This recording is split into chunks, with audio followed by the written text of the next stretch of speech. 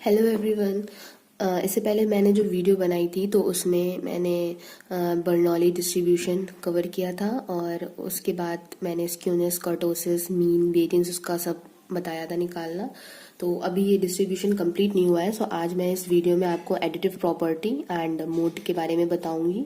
उसके बाद मेरे जब सारे डिस्क्रीट डिस्ट्रीब्यूशंस हो जाएंगे, उनकी थ्योरी एंड डेफिनेशंस, प्रॉपर्टी, ये सब जब हो जाएगा तो उसके बाद मैं एक सीरीज स्टार्ट करूंगी जिसमें क्वेश्चंस इनके सॉल्व करवाऊंगी। तो वो आप लोग बुक अपनी लेके साथ में बैठिएगा और साथ में आराम से करते जाइएगा।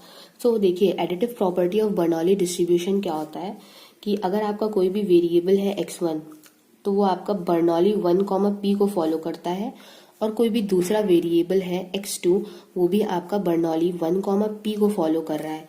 तो अगर हम बोलें कि x1 प्लस x2 कौन से डिस्ट्रीब्यूशन को फॉलो करेगा, तो आपको ये पता होना चाहिए x1 और x2 जो है वो आपका फॉलो करता है बाइनोमियल 1 प्लस 1 जो है वो ऐड हो जाता है, तो ये हो जाएगा 2, और जो इसकी प्रोबेबिलिटी ऑफ सक्सेस होती है वो सेम रहती है।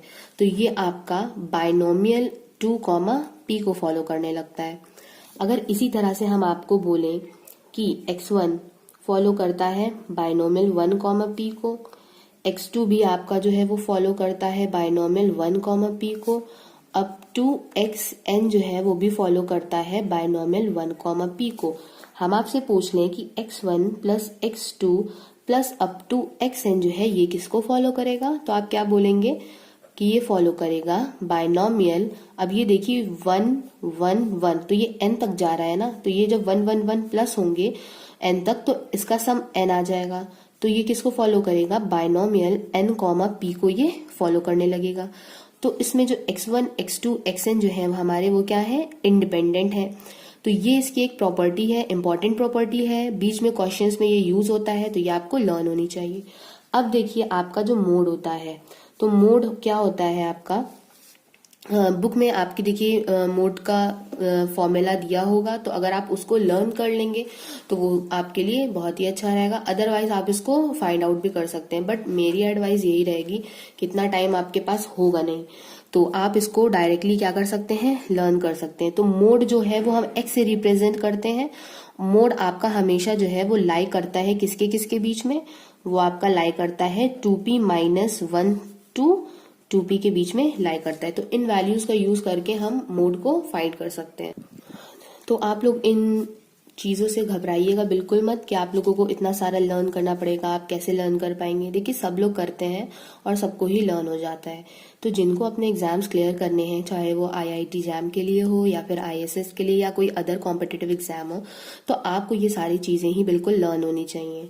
ओके, सो यहाँ से जो वैल्यू है मोड की वो आ जाती है हमारी ये।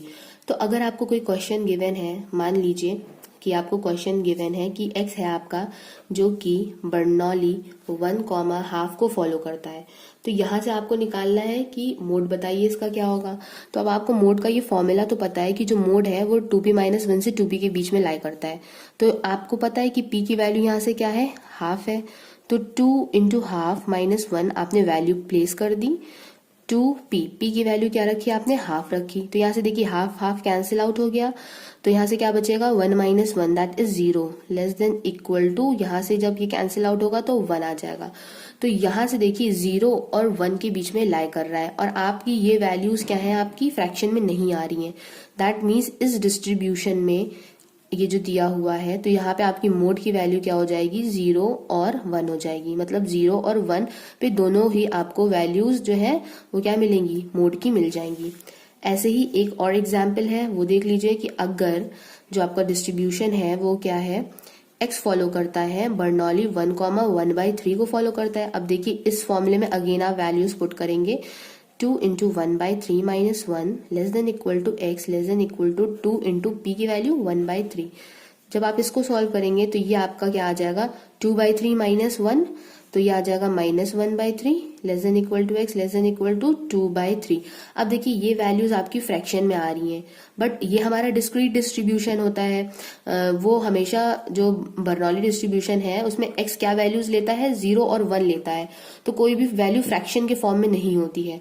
तो यहाँ से हम क्या कह सकते हैं कि जो हमारा मोड है, तो आप इसको यहाँ से देख सकते हैं, यहाँ से देखिए इसका मतलब क्या हो जाएगा कि -1/3, जब 1/3 को आप डिवाइड करेंगे तो इसकी वैल्यू आ जाएगी 0.33, less than equal to x less than equal to 2/3 को करेंगे तो आपका 0.66 आ जाएगा।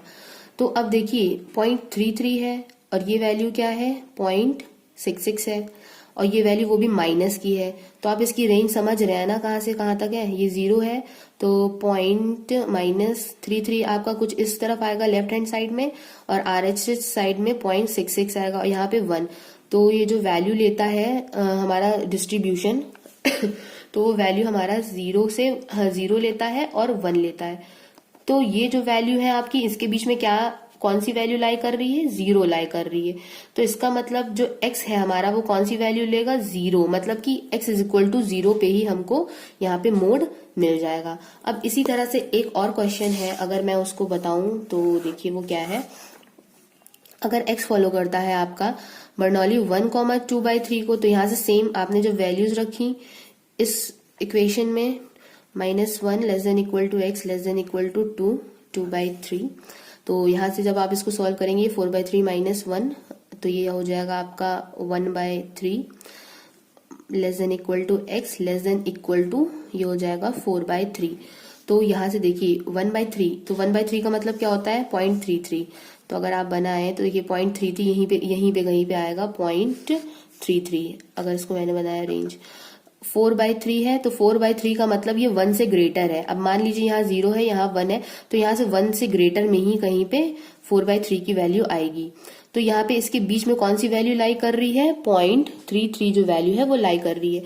दैट मीन्स जो हमारा मोड होगा वो क्या वैल्यू लेगा, मोड हमारा वैल्यू लेगा 1 को, क्योंकि ये जो वैल्यू है हमारी 0.33 वो हमारी जो रेंज आ रही है ये 0.33 से 4/3 के बीच में है। दैट मीन्स इसके बीच में है। और बर्नौली डिस्ट्रीब्यूशन या तो 0 लेता है, बट इसकी रेंज तो यहाँ पे आ नहीं रही है तो ये तो नहीं लेगा। इसके बीच में हमारा सिर्फ 1 आ रहा है तो ये 1 ही लेगा वैल्यू। दैट मीन्स इसकी जो मोड की वैल्यू हो जाएगी वो क्या हो जाएगी, 1 हो जाएगी। इस क्वेश्चन को देखिए सॉल्व करने का एक और मेथड है। अगर आपको ये फॉर्मूला नहीं याद है तो ये उस टाइम के लिए है आपकी। अब मान लीजिए कि आपका डिस्ट्रीब्यूशन है वो दिया हुआ है कि p, आपकी p की वैल्यू 1/3 है, तो 1/3 टू द पावर x होगा into q to the power, q आपका ये निकल आएगा वो 1 - x हो जाएगा। अब यहाँ से देखिए x को आपको पता है कि जो बर्नौली डिस्ट्रीब्यूशन है वो 0 और 1 ही वैल्यू लेता है। तो अगर हम 0 और एक बार 1 प्लेस कर दें तो यहाँ पे आपका PDF क्या आ जाएगा।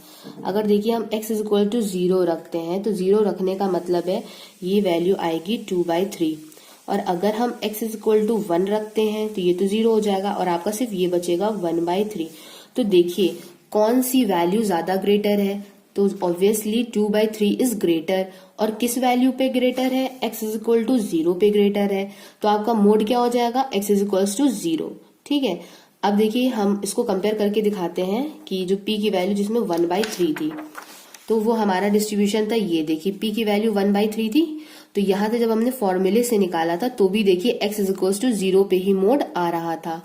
अगर आप इस तरह से नहीं निकालना चाहते हैं या आप फॉर्मूला भूल गए हैं तो आप देखिए आप इस तरह से भी निकाल सकते हैं वैल्यूज को प्लेस करके।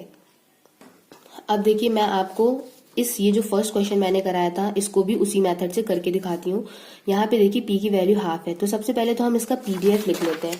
तो देखिए इसका जो PDF है वो क्या हो जाएगा, p to the power x 1 - q to the power 1 - x, तो हाफ और हाफ ही हो जाएगा।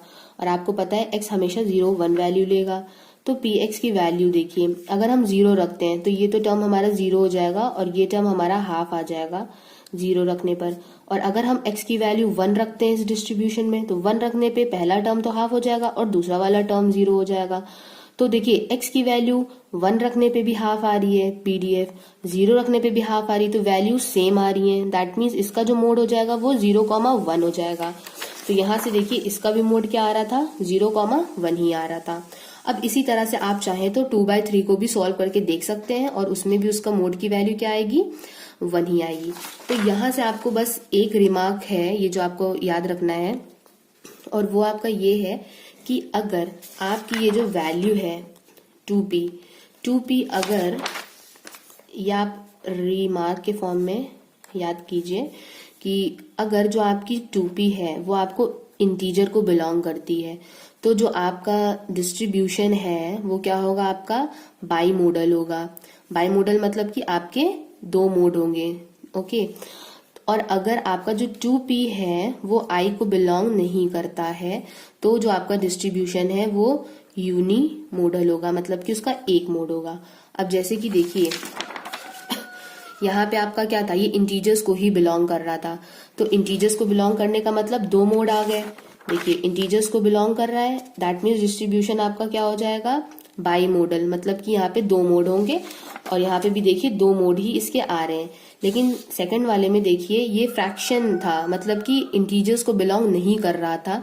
तो जो भी वैल्यूज होती हैं 2 × p की, तो वो अगर इंटीजर को बिलोंग नहीं करती हैं तो हमारा जो मोड होता है वो क्या होता है, यूनी मोडल होता है। दैट मीन्स उसका सिर्फ एक मोड आता है। तो यहाँ पे भी देखिए एक ही मोड आया, ठीक है। अब देखिए यहाँ से भी आप इसको देख के बता सकते हैं, देखिए ये दोनों भी बिलोंग नहीं कर रहे हैं इंटीजर को, तो जो इंटीजर को बिलोंग नहीं करते हैं उनका क्या होता है, यूनी मॉडल आता है आंसर हमेशा। तो ये जो रिमार्क है ये आप इसको याद कर लीजिए, ये बहुत आपके काम का है। सो यहाँ से जो बर्नौली डिस्ट्रीब्यूशन है तो उसका जो भी डिस्क्रिप्शन था वो यहाँ से ओवर हो गया। अब इसके बाद नेक्स्ट वीडियो में मैं बायनोमियल डिस्ट्रीब्यूशंस को स्टार्ट करूंगी और उसके बारे में बताऊंगी। Okay, thank you for watching my video. Have a nice day.